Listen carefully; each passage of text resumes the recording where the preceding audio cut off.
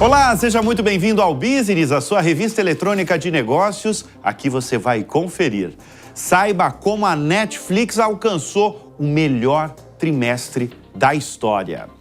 Conheça as funções do novo celular da Samsung, que custará até R$15 mil no Brasil. Uma pesquisa revela otimismo dos CEOs globais após a posse de Donald Trump. E saiba qual é o aplicativo que desbancou o Mercado Livre. Eu sou Bruno Meyer e o Business, seu programa de negócios na TV, está no ar.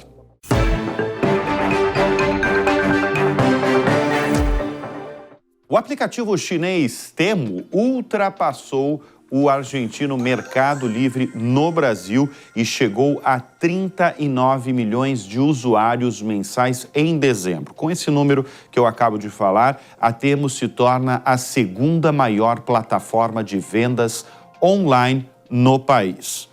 Para efeitos de comparação, o Mercado Livre encerrou o último mês do ano passado com 35 milhões de usuários ativos mensais. A liderança nesse quesito de clientes ativos mensalmente fica com a Shopee de Singapura, que possui mais de 50 milhões de usuários ativos mensais. Em apenas 6 meses de operação por aqui, o aplicativo registrou um aumento de 600% na base de clientes ativos. Todos esses valores são do banco americano Citi, com base em dados da SimilarWeb. A Temu foi criado em 2022, pertence ao megagrupo chinês Pinduoduo, rival direto do Alibaba, e vende produtos diversos que vão desde utensílios domésticos de pequeno valor até roupas e eletrônicos.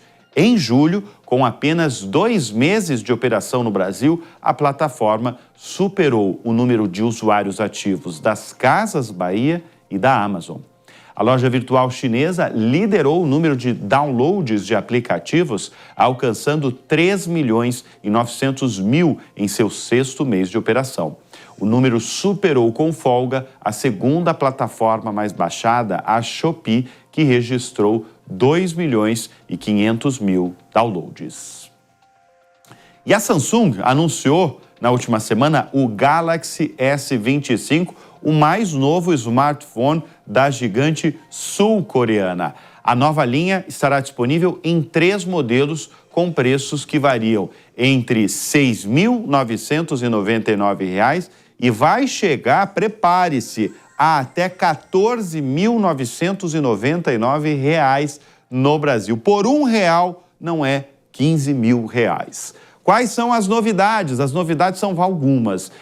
E as novidades, basicamente, são todas relacionadas com novos recursos, acho que muita gente vai saber, né? De inteligência artificial. Por exemplo, vai ter uma assistente digital que identifica os padrões de uso do usuário e traz dicas personalizadas para a rotina do dia a dia, como o tempo necessário para chegar a um compromisso ou dicas para uma viagem. Outro recurso cria um resumo personalizado para o usuário começar o dia ou se atualizar à noite sobre tudo o que aconteceu. É possível ver informações sobre a previsão do tempo, notícias, informações sobre o trânsito. Esse recurso pode levar até uma semana para identificar comportamentos do usuário e criar ações personalizadas. Outra novidade que usa inteligência artificial é um intérprete que possibilita gravar, resumir, transcrever as ligações traduzidas em tempo real com a ferramenta. A AI também entrou na câmera, nessa câmera aqui do celular, porque uma das funções é reduzir ruídos em vídeos. Por exemplo, vai dar para identificar e remover sons de vozes, de ventos e outros ruídos da natureza, além de tirar elementos visuais em vídeos de baixa luminosidade. E troca importante de comando na Amazon do Brasil. Juliana Strajman assumiu o cargo de Country Manager, o equivalente a presidente da empresa fundada por Jeff Bezos no país. A executiva atuava como diretora de varejo da companhia desde 2018. 2022. Ela entra no lugar de Daniel Mazzini, que anunciou a saída da companhia.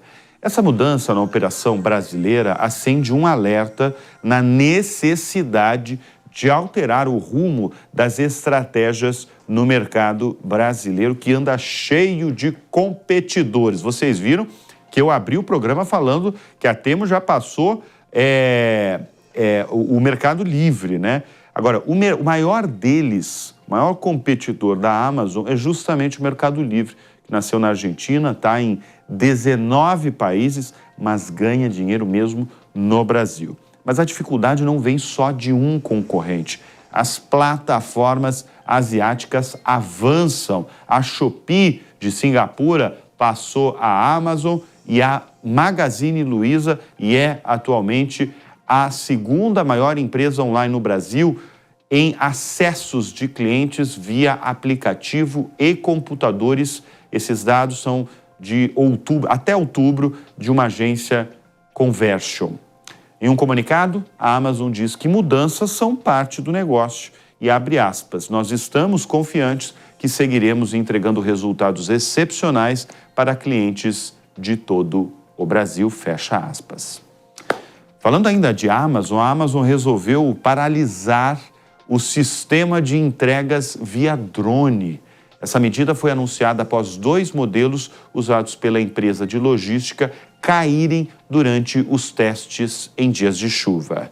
A decisão vale para os estados do Texas e do Arizona. Em dezembro, 2 modelos caíram durante testes no aeroporto de Pendleton. Um deles, inclusive, pegou fogo no solo. Segundo a Amazon, trata-se de um problema no software das aeronaves e que será prontamente corrigido. O programa, batizado de Prime Air, busca entregar cerca de 500 milhões de pacotes por ano até o final da década. A iniciativa de entregar produtos em menos de meia hora foi idealizada pelo dono, por Jeff Bezos, há pouco mais de 11 anos, mas caminha a passos lentos. E a Netflix fez o melhor trimestre da história se a gente olhar para o crescimento na base de assinantes, que é uma métrica muito importante, porque vem daí o dinheiro do maior serviço de streaming do mundo. A empresa adicionou quase 19 milhões de novos assinantes em apenas 3 meses. Metade deles, uma curiosidade. Metade deles assinou aquele plano mais básico que vem com publicidade entre os filmes e programas da plataforma.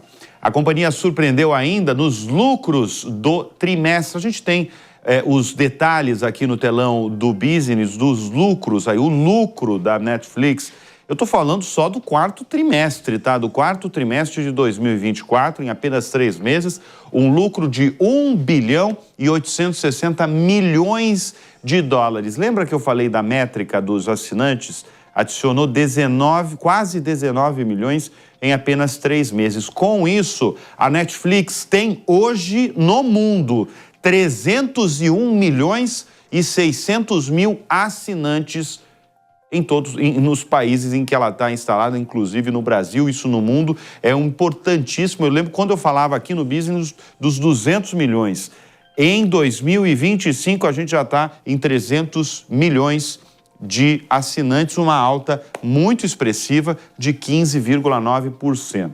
Aí você pode perguntar o que determinou esse sucesso aí trimestral e também anual da Netflix. Um fator muito importante foi a aposta nos esportes, principalmente nos jogos transmitidos ao vivo. Isso marcou uma nova era na história da Netflix e o Giba colocou a imagem certa, porque essa luta aqui de Mike Tyson e Jake Paul foi o evento esportivo mais transmitido do planeta. Mais de 108 milhões de espectadores assistiram a esse midiático evento. Também teve mais. A segunda temporada de Round 6 e o filme Carry On também surpreenderam. Carry On, por exemplo, teve mais de 165 milhões de visualizações. Em resumo, a Netflix, que é uma companhia de capital aberto nos Estados Unidos, ou seja, tem que apresentar os resultados trimestralmente,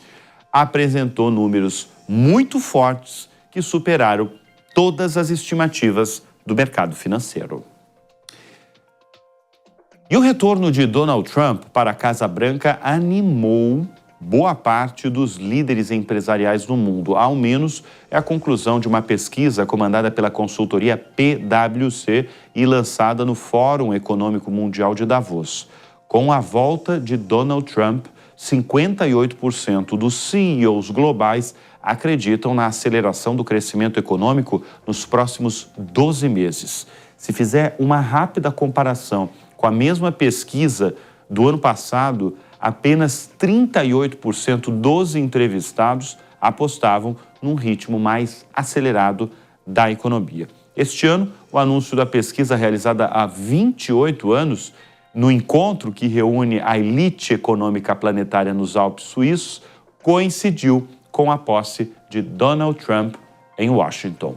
E o que explica o ânimo de 58% dos CEOs consultados. O Marcos Castro, que é sócio-presidente da PwC no Brasil, diz que muitos investimentos têm sido anunciados. Para ele, isso demonstra resiliência no ambiente corporativo.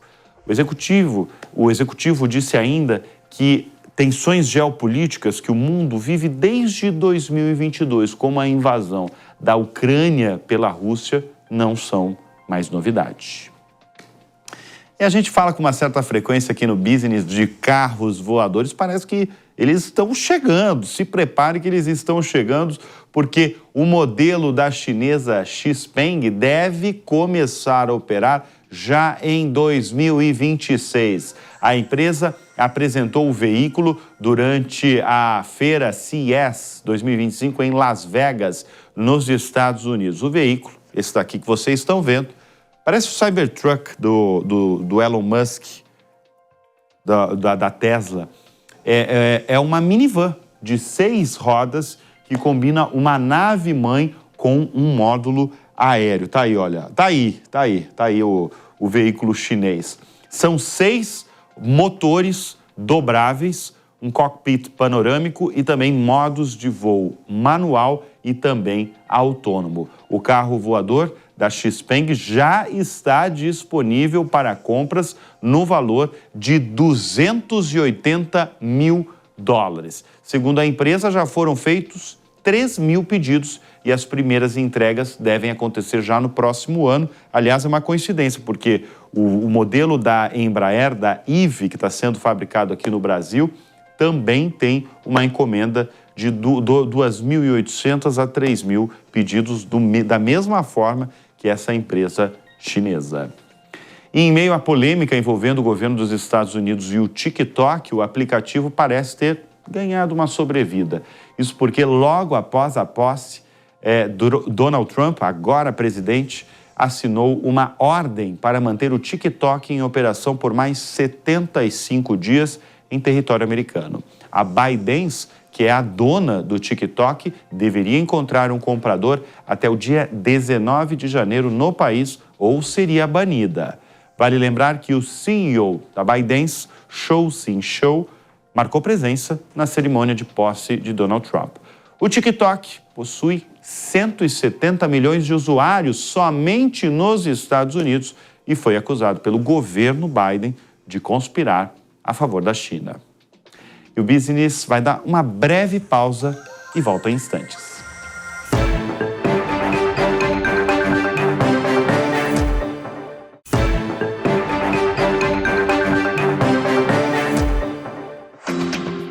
E a gente volta com o Business falando de uma startup de Blumenau, Santa Catarina, levantou 240 bilhões de reais.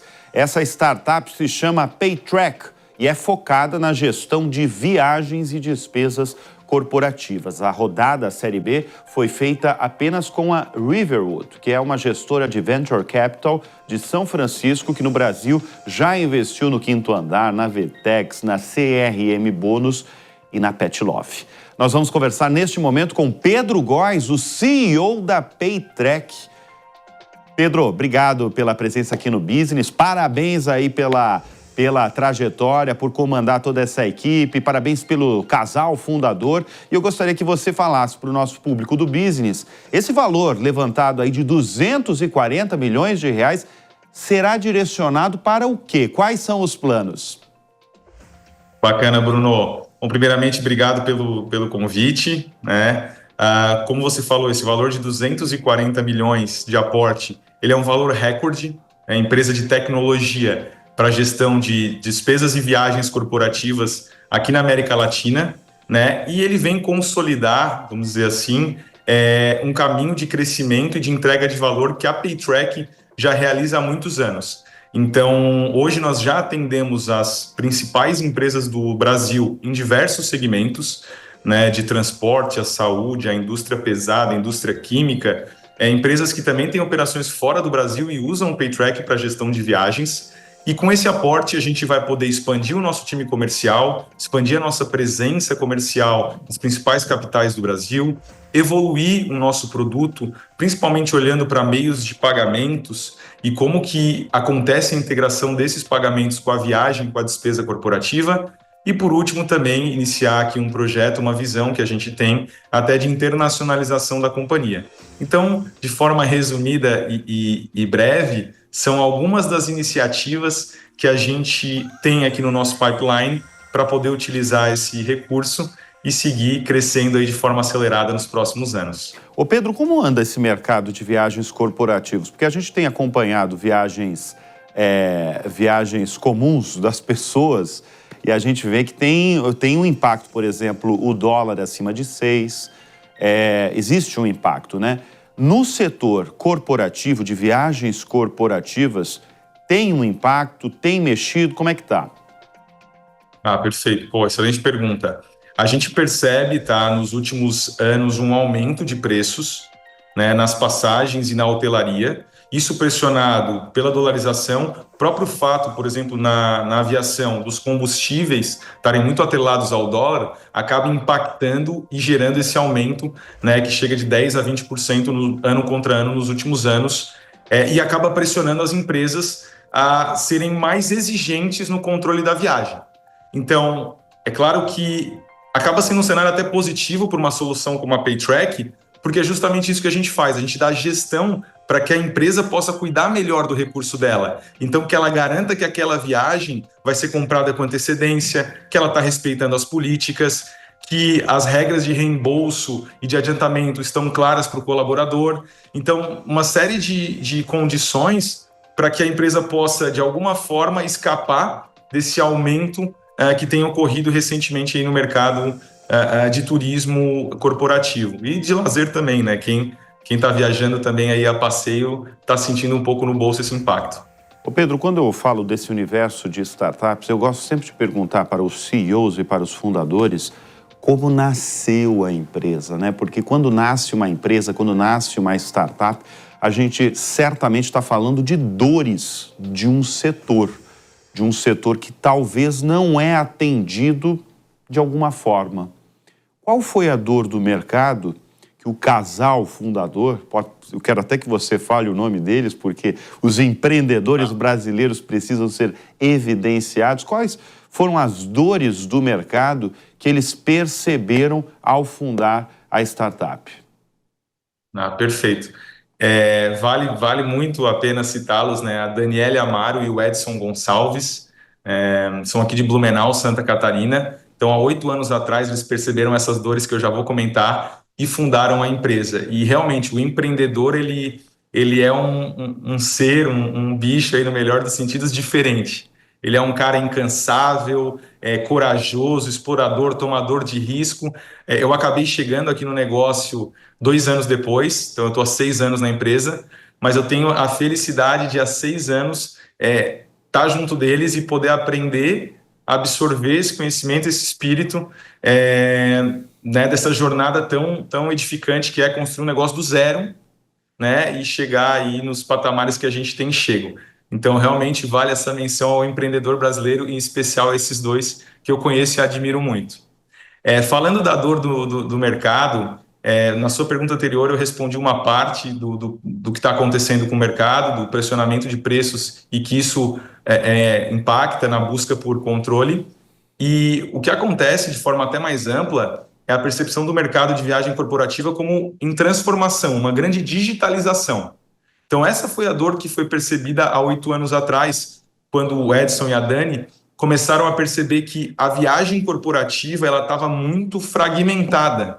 Então, você pedia o seu aéreo, o seu hotel num sistema, você reportava o teu gasto corporativo em outro, o cartão que a empresa utiliza, o cartão corporativo, não tem conexão com nenhum desses 2 pontos.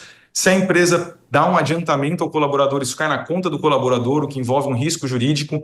Então, o cenário dessa viagem corporativa é um cenário fragmentado, de difícil controle e, obviamente, de dinheiro escorrendo pelo ralo. Então, a partir dessa percepção, e aí eu estou falando, tá, empresas enormes com 1.000, 2.000, 3.000, 5.000 pessoas que faziam a gestão disso por e-mail, por Excel, por relatório impresso. Então, você tem na empresa esse cenário de imprimir um relatório, pedir uma assinatura, digitalizar. Então, esse é o cenário caótico que ainda existe, em muitos casos, na viagem corporativa. E a partir dessa dor que o Edson e a Dani foram empreendendo e trazendo uma solução tudo em um para fazer a gestão e o controle dessas despesas. E eu acho que, para fechar essa questão da dor, vale também falar sobre a perspectiva do viajante, que acaba sofrendo, e aí talvez a gente vá falar muito mais com viajantes aqui do que com gestores, que acaba sofrendo na pele, né, a dor dessa desorganização que a própria empresa às vezes fornece para ele como colaborador. Então, ele também tem dificuldade em encontrar as informações, em prestar contas, ele perde tempo, certo? Ele fica com o reembolso dele parado muito tempo. Então, uma série de situações aí desse emaranhado do que é a viagem corporativa, que com uma solução, de novo, tudo em um, a gente consegue resolver. Pedro, o que é inovação para você? Inovação, para mim, é a capacidade que uma empresa ou uma pessoa ela tem de olhar para um problema e construir uma solução aplicável, realizável, endereçável e que na prática ela gera valor. Isso para mim é inovação. Antes até do que tecnologia ou antes até do que... A gente fala muito sobre pensar fora da caixa, né? Óbvio que isso está dentro desse composto, mas eu gosto muito de pensar a inovação que vale para mim é aquela que gera valor real pro meu cliente, né? Eu penso muito forte nessa linha. Então, quando a gente olha um problema e consegue pensar uma aplicação real de solução para aquilo, para algo que nunca foi resolvido, a gente está inovando já a partir disso. Muito bem, Pedro Góes, o CEO da Paytrack. A gente gosta aqui no programa, Pedro, de valorizar, de mostrar, de apresentar à nossa audiência as iniciativas, as ideias, as startups, as empresas que têm feito esse país acontecer. E é o caso de vocês, que já é a segunda vez, dessa vez captou 240 milhões de reais para expandir. Parabéns a toda a equipe. Obrigado. Valeu, Bruno. Obrigado. Um abraço. E a francesa Saint-Gobain, líder mundial na construção leve e sustentável e com presença no Brasil há décadas, reforçou a liderança na América Latina ao comprar o grupo mexicano Ovniver, líder em produtos químicos para a construção no México e na América Central, que possui 16 fábricas e uma taxa de crescimento de 20% ao ano em média nos últimos 5 anos. A Saint-Gobain pagou 815 milhões de dólares pela companhia. A operação faz parte de uma estratégia de crescimento da Saint-Gobain que quer ampliar cada vez mais soluções de construção leve e sustentável. Ambas as empresas compartilham compromissos com descarbonização. A meta da Saint-Gobain é alcançar emissões líquidas de carbono zero até 2050. E a Sem Parar comprou o aplicativo Gringo. O app é conhecido por auxiliar motoristas na resolução de trâmites burocráticos envolvendo pendências financeiras na hora da compra e venda de automóveis. O Gringo possui uma base de 20 milhões de clientes e em 2023 recebeu 150 milhões de reais em uma rodada de investimentos. Já a Sem Parar é controlada pela holding Corpay e conta com mais de 7 milhões de tags ativas país afora. O valor do negócio gira em torno de 1 bilhão de reais. E um acordo promete salvar as finanças da Unimed Nacional. A operadora de planos de saúde vai receber 1 bilhão de reais de 300 cooperativas médicas do país. O aporte é uma alternativa para equilibrar as contas e evitar uma intervenção da Agência Nacional de Saúde Suplementar, a ANS. A Unimed acumula prejuízos na casa de 1 bilhão de reais e as regionais vão repassar 10% das reservas técnicas para salvar a Unimed Nacional. E o SoftBank decidiu abrir mão da parceria com a WeWork no Brasil. O fundo japonês de investimento em tecnologia vendeu os 49% que tinha de participação para a WeWork Companies, que já era dona de 51% da empresa. A transação ainda precisa do aval do CAD. E o técnico do Palmeiras, Abel Ferreira, lançou uma coleção exclusiva de relógios.